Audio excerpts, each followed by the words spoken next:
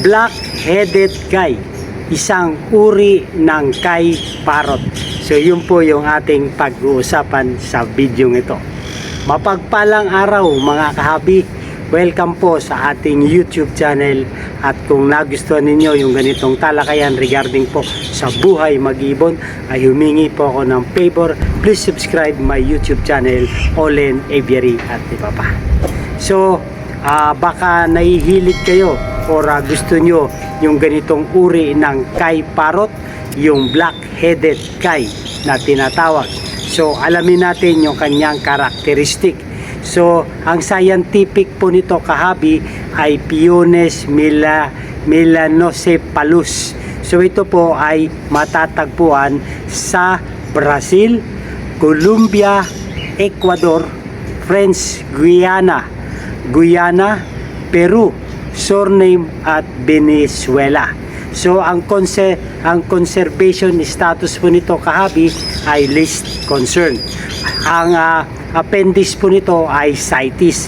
So kung mag-aalaga tayo nito, siguraduhin po natin na merong kaukulang dokumento dahil CITES appendices 2 po ito, yung kanyang category ayon sa IUCN. So napaka-importante po na kung mag-aalaga tayo ng ganitong uri ng ibon, yung black-headed kay, ay siguraduhin natin na mag-a-avail tayo doon sa legal source.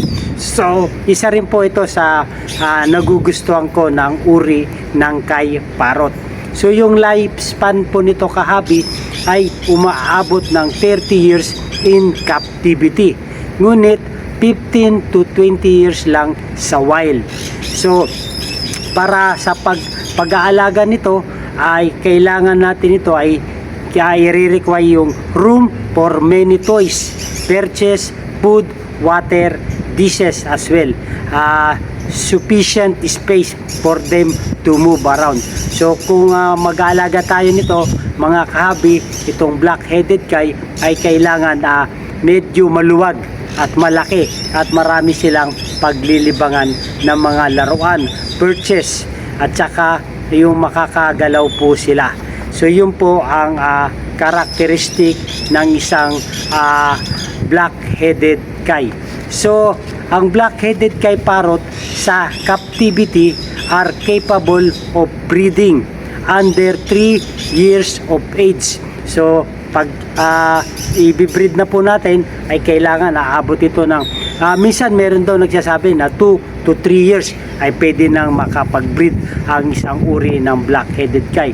They typically lay a clutch of 4 eggs. So kaya po nilang clutch or mag-hatch ng 4 na piraso ng itlog with incubation taking between 24 and 27 days. So yung kanilang paglilimlim ay hanggang 24 at hanggang 27 days. So most pair will struggle to raise all 4 pairs.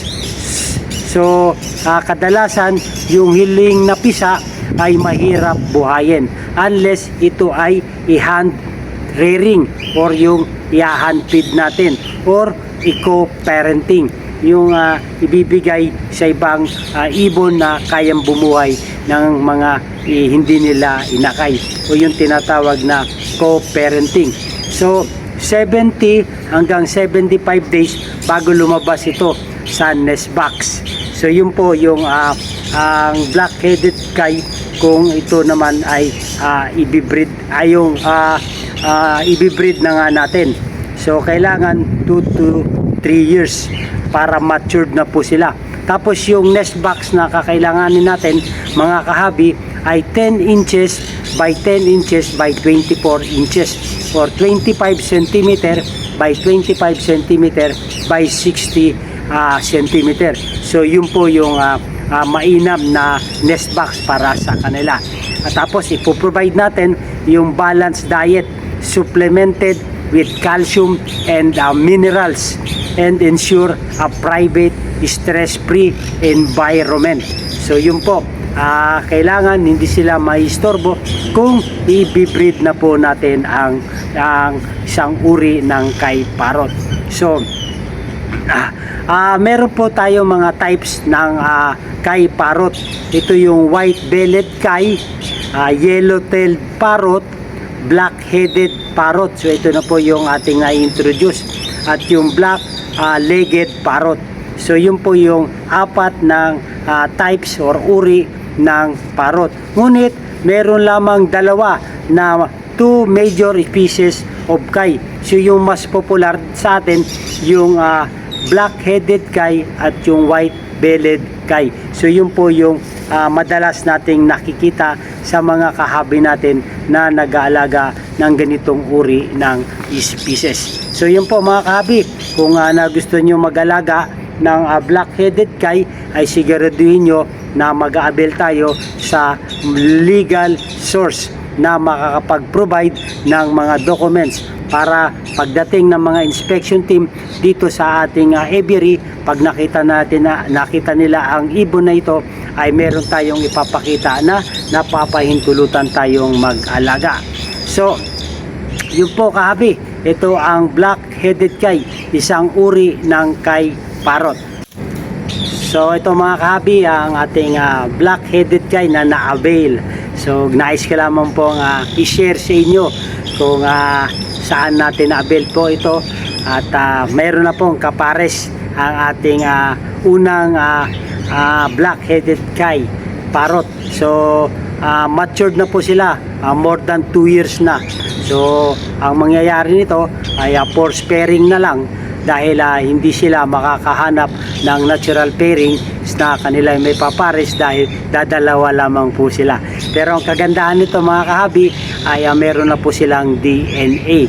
So ito po ay na-avail natin sa Gold Crest Aviary sa Bicol region po, sa Ligao, Albay. So isang area lamang po kami, malapit lang po kami rito sa Gold Crest Aviary. So dito po natin na-avail ito. Meron po itong mga kalakip na mga dokumento, dahil sila po ay isang permittee, isang wildlife farm permit. So legal po yung kanilang pagbebenta. So yung pag-avail po natin ay legal din po. So yan lamang po mga kabi ang ating sharing dito sa ating Kai Parrot, itong black-headed Kai Parrot. Maraming po salamat. So mga kabi, kung nagustuhan itong talakayan natin regarding po sa buhay mag-ibon, ay humingi po ako ng favor. Please subscribe my YouTube channel, Olen Aviary at iba pa. So ito rin po yung aking isa sa mga gustong maging collection natin sa ating aviary, itong isang uri ng Kai Parrot na black-headed Kai. So shoutout po mga kahabi sa mga patuloy na sumusuporta sa atin, at sa mga silent viewers dyan, shoutout sa inyo. At nais ko rin pong i-shoutout si kahabi Fritz David, shoutout po. Si Bin Durango, shoutout po kahabi. Si kahabi si Ryan Bermisa, shoutout po kahabi. Si Mitri Amper Jose, shoutout po. Si Dudes Limor, shoutout po kahabi. Si Joji Giriba, shoutout po kahabi. Si Michael Moreno, shoutout po. Victor Aguila, Alberto Ramos, shoutout po sa inyo. Si Alan Akupinpin, shoutout po kahabi. Last but not the least, si Chin Maunahan. So maganda ang buhay pag meron tayong kaalaman sa nakakahiligan natin na parrot. So kailangan kung anong parrot po yung ating gustong alagaan, ay kailangan saliksikin po muna natin kung ano po yung kinakailangan ng mga diet, mga vitamins, mineral, at kung paano sila alagaan, ay kailangan po natin munang mag-observe, mag-research para hindi po tayo mahirapan sa kanilang pag-aalaga. Dahil alam naman natin, ito po ay isang uri na po ng medium bird. Ang medium bird po ay medyo may price na po ang bawat isa ng mga parrot. So kailangan siguraduhin natin na meron muna tayong mga idea, mga kaalaman sa pag-aalaga ng mga parot kung papasukin po natin ang larangan ng buhay mag-iibon. So maganda ang buhay pag may alagang ibon sa ating bahay. Mabuhay and God bless. Thank you for watching.